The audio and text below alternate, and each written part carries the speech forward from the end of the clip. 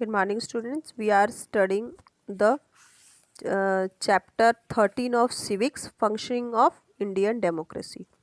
Okay, so in this part, uh, we are studying about the powers of executive, है ना. Executive में कौन आते हैं? President and Prime Minister. Okay, and the cabinet ministers. So we already studied about the powers of presidents, power of president. Okay, now today we have to study about the emergency power of the president. Okay, president emergency declare करता है, ये मैंने आपको last part में ही बताया था. किन cases में एक्सटर्नल एग्रेशन हो अगर, या फिर इंटरनल आर्म अपराइज हो गए हो, या फिर कॉन्स्टिट्यूशनल फेलियर हो गया हो किसी स्टेट में, या फिर फाइनेंशियल क्राइसिस हो. इमरजेंसी जो है प्रेसिडेंट डिक्लेयर कर सकता है केवल कैबिनेट के एडवाइस से, और दोनों पार्लियामेंट के जो दोनों हाउसेज हैं उनका 2 मंथ्स के अंदर उन्हें डिक्लेरेशन भी चाहिए होता है. तो इन सर्कमस्टेंसेस में जो पार्लियामेंट है उसको पावर होता है कि वो लॉ इनेक्ट करे और पूरी कंट्री में इमरजेंसी जो है डिक्लेयर करें. यूनियन गवर्नमेंट जो है ऐसे सर्कमस्टेंसेस में स्टेट को डायरेक्शन दे सकता है. गवर्नर की रिपोर्ट के बेस पर और या फिर दूसरे सोर्सेज के बेस पर प्रेसिडेंट जो है उसको रीज़न देना पड़ता है जिससे वो बिलीव करे कि एडमिनिस्ट्रेशन जो है स्टेट का वो ठीक से नहीं चल रहा है या फिर कॉन्स्टिट्यूशन के प्रोविज़न के अगेंस्ट जा रहा है. तो सेंट्रल कैबिनेट से अप्रूवल लिए बिना ही फिर वो वहाँ पर इमरजेंसी डिक्लेयर कर सकता है और स्टेट में प्रेसिडेंट रूल लागू किया जा सकता है, जिसके लिए जो दोनों हाउसेज हैं पार्लियामेंट के उनसे 2 मंथ्स के अंदर डिक्लेरेशन बनवाना होता है. इस पीरियड के दौरान जो पूरा पार्शियल एडमिनिस्ट्रेशन होता है स्टेट का प्रेसिडेंट के हाथों में आ जाता है और वो अपने पावर को जो है गवर्नर को डेलीगेट कर देता है. इस पीरियड में जो भी पावर्स होती हैं लॉज बनाने की वो पार्लियामेंट के पास होती हैं, और गवर्नर जो है एडमिनिस्ट्रेटिव पावर्स को एंजॉय करता है स्टेट में हाई कोर्ट के अलावा. ओके, जब प्रेसिडेंट के पास रीज़न होता है बिलीव करने का कि फाइनेंशियल इमरजेंसी आ गई है, तो ऐसे समय पर भी वो कंट्री में फाइनेंशियल इमरजेंसी जो है इम्पोज कर सकता है. Then the prime minister and the cabinet of ministers. Executive power जो है गवर्नमेंट के वो प्रेसिडेंट और काउंसिल ऑफ मिनिस्टर के हाथों में होते हैं जो रियल हेड होते हैं, है ना. प्राइम मिनिस्टर जो है रियल हेड होता है. पार्लियामेंट्री फॉर्म ऑफ गवर्नमेंट में प्राइम मिनिस्टर की जो पोस्ट होती है उसके कुछ स्पेशल सिग्निफिकेंसीज होते हैं. ठीक है, प्राइम मिनिस्टर का अपॉइंटमेंट कैसे होता है सबसे पहले हम ये पढ़ेंगे. प्राइम मिनिस्टर का जो अपॉइंटमेंट है वो प्रेसिडेंट करता है. जो प्रेसिडेंट होता है वो पॉलिटिकल पार्टी के लीडर्स को इनवाइट करता है जिन्होंने मेजॉरिटी इलेक्शन में मेजॉरिटी सिक्योर की होती है. अगर कोई एक पार्टी मेजॉरिटी सिक्योर करने में फेल हो जाती है तो प्रेसिडेंट जो है अपने डिस्क्रिशन पर उस व्यक्ति को प्राइम मिनिस्टर अपॉइंट कर सकता है जिसने लोकसभा में वोट ऑफ कॉन्फिडेंस सिक्योर किया है या फिर स्टेबल गवर्नमेंट वो प्रोवाइड कर सकता है. Then powers of the prime minister. Prime minister जो है रियल हेड होता है और कैबिनेट ऑफ मिनिस्टर्स का भी वो लीडर होता है. तो वो हाउस में तभी तक इंजॉय करता है मेजॉरिटी जब तक उसको हाउस में जो है पूरी मेजॉरिटी से स्वीकारा जाता है. और मिनिस्टर के पास जो प्राइम मिनिस्टर होता है उसके पास अनलिमिटेड पावर्स होती हैं. ओके, पहला वो हाउस ऑफ पीपल का लीडर होता है, लोकसभा का वो लीडर होता है. वो प्रोनाउंसमेंट करता है जो भी इंपॉर्टेंट पॉलिसीज़ होती हैं गवर्नमेंट की. बिल्स प्रेजेंट जो भी होते हैं हाउसेज में वो प्राइम मिनिस्टर के डायरेक्शन में ही प्रिपेयर किए जाते हैं. प्राइम मिनिस्टर जो है वो एनुअल बजट प्रिपेयर करता है और भी जो दूसरे गवर्नमेंट फंक्शन हैं वो भी प्राइम मिनिस्टर के अंडर में ही डायरेक्शन में ही किए जाते हैं. Formation of the cabinet. जो मेंबर्स होते हैं कैबिनेट के उन्हें प्रेसिडेंट अपॉइंट करता है लेकिन as per the advice of prime minister. Department के जो एलोकेशंस हैं, डिपार्टमेंट का जो चेंजेस है मिनिस्टर्स का वो भी प्राइम मिनिस्टर करता है. Then intervention in the department and function of the minister. हालांकि जो मिनिस्टर होते हैं रिस्पेक्टिव डिपार्टमेंट के, उनका काम होता है अपनी पॉलिसीज़ को, जो गवर्नमेंट की पॉलिसीज़ हैं उनको बनाना, लेकिन जो प्राइम मिनिस्टर है वो किसी भी डिपार्टमेंट में ज़रूरत पड़ने पर इंटरवेन कर सकता है, सजेशन दे सकता है, डायरेक्शन दे सकता है, गाइडेंस दे सकता है उस कंसर्न मिनिस्टर को। Then removal of minister, cabinet के जो मिनिस्टर हैं वो तभी तक अपने ऑफिस में रह सकते हैं जब तक वो प्राइम मिनिस्टर के कॉन्फिडेंस में है ना। प्राइम मिनिस्टर जो है उनसे किसी भी मिनिस्टर से रेजिग्नेशन के लिए बोल सकता है, और इन केस अगर मिनिस्टर नहीं मानता है रेजिग्नेशन देने के लिए तो प्रेसिडेंट जो है उस मिनिस्टर को रिमूव कर सकता है। ठीक है। Preside over the meeting of the cabinet, prime minister जो है कैबिनेट की मीटिंग को प्रिसाइड करता है। Prime minister also approves the subject to be put up before the cabinet. ठीक है, कैबिनेट के सामने जो भी सब्जेक्ट्स रखे जाते हैं प्राइम मिनिस्टर उन्हें अप्रूव भी कर सकता है। नॉर्मली डिफरेंस ऑफ ओपिनियन में जो डिसीजंस है वो मेजॉरिटी लेती है, और जो मेजॉरिटी का डिसीजन है वो अननेमस डिसीजन होता है। Work related to appointment, president of India के पास पावर होते हैं मोस्टली अपॉइंटमेंट लेने के लिए, लेकिन जितने भी अपॉइंटमेंट किए जाते हैं वो सब प्राइम मिनिस्टर की एडवाइस से ही किए जाते हैं। यहाँ तक कि जो दूसरी कंट्रीज़ के एम्बेसडर होते हैं इंडिया में, चेयरमैन जो होते हैं, डिफरेंट कमीशन के मेंबर होते हैं, उन सब को भी प्रेसिडेंट ही अपॉइंट करता है on the advice of prime minister.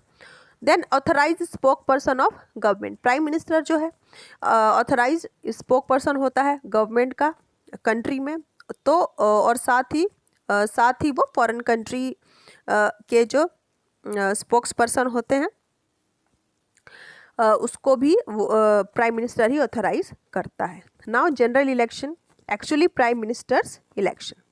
ठीक है, इसका मतलब क्या है कि जो प्राइम मिनिस्टर है वो पॉपुलर लीडर होता है कंट्री में, और नॉर्मली जो इलेक्शन कॉन्टेस्ट किए जाते हैं वो उसी के नाम पर किए जाते हैं, है ना। तो ये कहा जा सकता है कि जो प्राइम मिनिस्टर है हाईएस्ट लीडर होता है और एडमिनिस्ट्रेशन का हेड होता है स्टेट में। ठीक है, तो ये थे powers of prime minister. Now council of minister and the cabinet, cabinet जो है वो छोटा होता है लेकिन काउंसिल ऑफ मिनिस्टर का एक इफेक्टिव पार्ट होता है।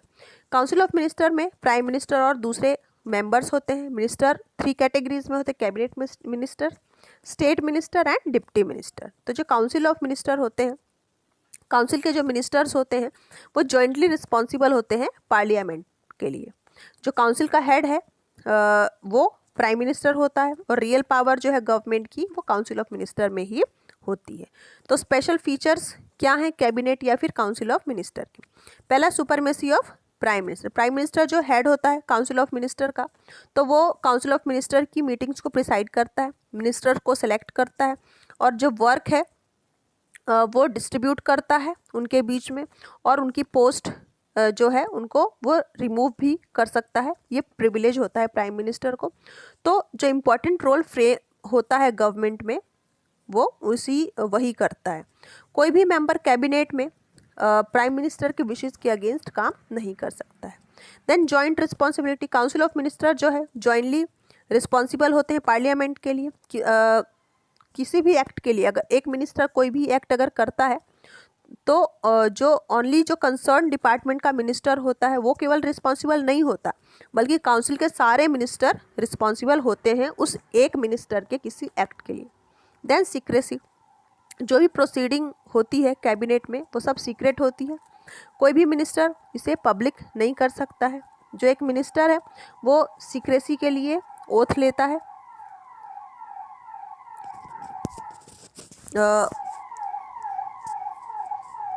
Oath of secrecy before taking over the post. कोई भी मिनिस्टर जो है सीक्रेसी के लिए ओथ लेता है या फिर शपथ लेता है। तो ये स्पेशल फीचर्स हैं कैबिनेट या फिर काउंसिल ऑफ मिनिस्टर के। Then powers of the council of minister, council of ministers को क्या पावर मिले होते हैं? पहला, फॉर्मुलेशन ऑफ पॉलिसीज़, है ना, प्रॉब्लम से रिलेटेड या और जो मैटर होते हैं economic, social, foreign and political से मैटर से रिलेटेड जो भी प्रॉब्लम्स होती हैं उनको council of minister suitable policy उसके लिए बनाते हैं और उनका सॉल्यूशन निकालते हैं। मैटर रिलेटिंग टू अपॉइंटमेंट, जितने भी इंपॉर्टेंट अपॉइंटमेंट्स होते हैं कंट्री में और आउटसाइड में वो जैसे कि गवर्नर है, अम्बेसडर है, चेयरमैन है, और अलग अलग कमीशंस के मेंबर्स हैं और चेयरमैन हैं, अटॉर्नी जनरल है, इन सब की जो अपॉइंटमेंट्स हैं वो काउंसिल ऑफ मिनिस्टर्स के थ्रू ही किया जाता है।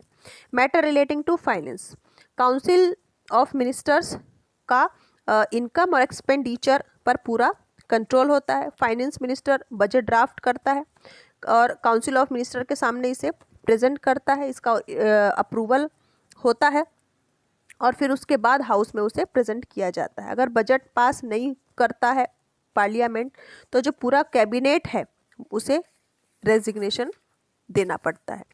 Now advice to the president, council of minister जो है प्रेसिडेंट को समय समय पर एडवाइस भी करते हैं, प्रेसिडेंट को कैबिनेट की एडवाइस को एक्सेप्ट भी करना होता है।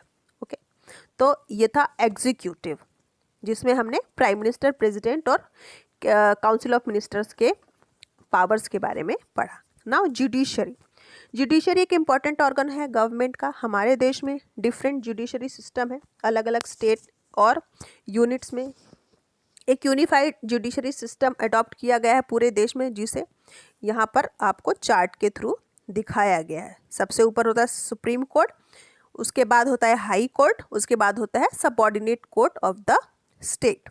तो सबऑर्डिनेट कोर्ट जो होता है स्टेट में वो 3 पार्ट्स में डिवाइडेड होता है, civil court, court of session and revenue court. ठीक है, इसके भी अलग अलग टाइप्स हैं। तो सबसे पहले हम सुप्रीम कोर्ट के बारे में पढ़ेंगे। ठीक है, सबसे ऊपर सुप्रीम कोर्ट होता है। जो भी पूरा कंट्री में जो कोर्ट है सबसे ऊपर जो है वो सुप्रीम कोर्ट ही होता है। फर्स्ट है नंबर ऑफ जजेस। सुप्रीम कोर्ट में जजेस की संख्या कितनी होती है?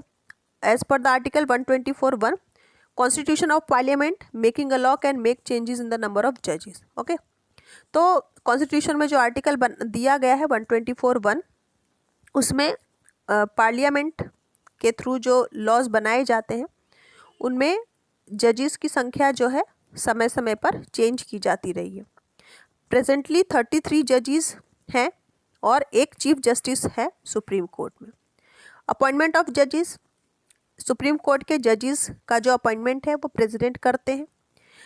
प्रेसिडेंट जो है चीफ जस्टिस ऑफ इंडिया को जो है कंसल्ट करते हैं इस तरह की अपॉइंटमेंट करने से पहले।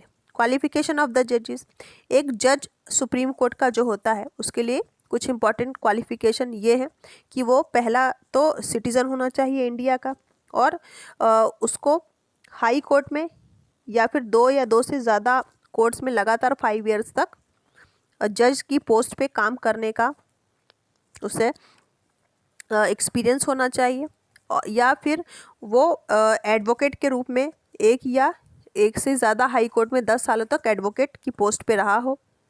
थर्ड है और प्रेसिडेंट के ओपिनियन में वो एक डिस्टिंग्विश्ड ज्यूरिस्ट होना चाहिए। तो ये क्वालिफिकेशंस होती हैं जजेस की, कहाँ की, जो सुप्रीम कोर्ट के जज होते हैं। नाउ टेन्योर ऑफ जजेस and procedure of impeachment. Supreme court के जो जज हैं वो 65 इयर्स की एज तक अपनी पोस्ट पे रह सकते हैं, लेकिन वो तभी तक अगर वो चाहें तो बीच में रिज़ाइन भी कर सकते हैं अपने पीरियड के पहले ही। और अगर पार्लियामेंट के दोनों हाउस सेम सेशन में प्रेसिडेंट को रिक्वेस्ट करते हैं एक रेजोल्यूशन पास करके by 2/3 majority of member present and voting, इस तरह से वो जज को रिमूव भी कर सकते हैं। किस बेस पर? अगर उसने वो मिसबिहेवियर करता है या फिर वो अपने काम में इनएफिशिएंट है तो प्रेसिडेंट जो है उस जज को ऑर्डर दे सकता है अपना रेजिग्नेशन टेंडर करने के लिए। नाउ पे अलाउंस एंड पेंशन ऑफ जजेस। पार्लियामेंट जो है लॉ के थ्रू ये डिसाइड करती है कि जजेस का जो पे और अलाउंसेस है वो क्या होना चाहिए, और जजेस जो हैं उनको कुछ फैसिलिटीज़ दी जाती हैं जैसे कि मंथली अलाउंस है, ट्रैवलिंग अलाउंस है, हाउस अलाउंस है, स्टाफ कार है, और साथ ही उन्हें पेंशन और ग्रेचुइटी भी दी जाती है रूल्स के अकॉर्डिंग। इम्यूनिटीज़ फॉर जजेस, कोई भी व्यक्ति या फिर इंस्टीट्यूशन जो पब्लिकली क्रिटिसाइज नहीं कर सकता है ऑनरेबल जज के काम को। यहाँ तक कि पार्लियामेंट या लेजिस्लेटिव असेंबली भी उन्हें क्रिटिसाइज नहीं कर सकती उनके किसी भी जजमेंट के लिए, इंडिविजुअली या फिर कंबाइंड मैनर पर भी। ओथ बाय द जजेस, हर जज जो है उसे ये शपथ लेना पड़ता है कि वो कॉन्स्टिट्यूशन के सामने ऑफिस में वो जो है उसके फॉर्मेट दिया जाता है ओथ का, और उसे उसे ओथ टेक करना होता है। प्रेसिडेंट जो है ओथ को एडमिनिस्टर करता है चीफ जस्टिस के ऑफिस में, और दूसरे जजेस के रिस्पेक्ट में भी ऐसा ही है। तो ये चीफ जस्टिस ही होता है जो ऑफिस में जजेस के ओथ को एडमिनिस्टर करता है। बैन ऑन प्रैक्टिसिंग बाय जजेस, रिटायरमेंट के बाद एक जज जो होता है सुप्रीम कोर्ट का, वो किसी इंडिया के किसी भी कोर्ट में अपीयर नहीं हो सकता है किसी भी अथॉरिटी या फिर के रूप में, या फिर किसी एडवोकेट के रूप में भी। ठीक है, तो ये है सुप्रीम कोर्ट के बारे में हमने पढ़ा। अब हम पढ़ेंगे jurisdiction and power of the supreme court. अब पावर क्या मिले हुए हैं सुप्रीम कोर्ट को, और क्या कैसे ज्यूरिडिक्शन करता है वो अपना। तो सुप्रीम कोर्ट के जो पावर्स हैं उनको original jurisdiction, appellate jurisdiction, consultative function, jurisdiction as to judicial review, और इस तरह से 6 पार्ट्स में बांटा गया है। पहला ओरिजिनल ज्यूरिडिक्शन क्या है? ऐसे डिस्प्यूट्स जो किसी दूसरे कोर्ट में नहीं रखे जाते हैं वो सुप्रीम कोर्ट में आते हैं। जैसे यूनियन गवर्नमेंट या फिर एक या एक से ज़्यादा स्टेट के बीच में कोई डिस्प्यूट हो गया हो, 2 या 2 से ज़्यादा स्टेट के बीच में डिस्प्यूट हो, या फिर फंडामेंटल राइट के रिस्पेक्ट में कोई डिस्प्यूट हो, तो सुप्रीम कोर्ट को पावर होता है कि वो फंडामेंटल राइट्स जो है सिटीजन के, उनको प्रोटेक्ट करने के लिए एक्शन ले।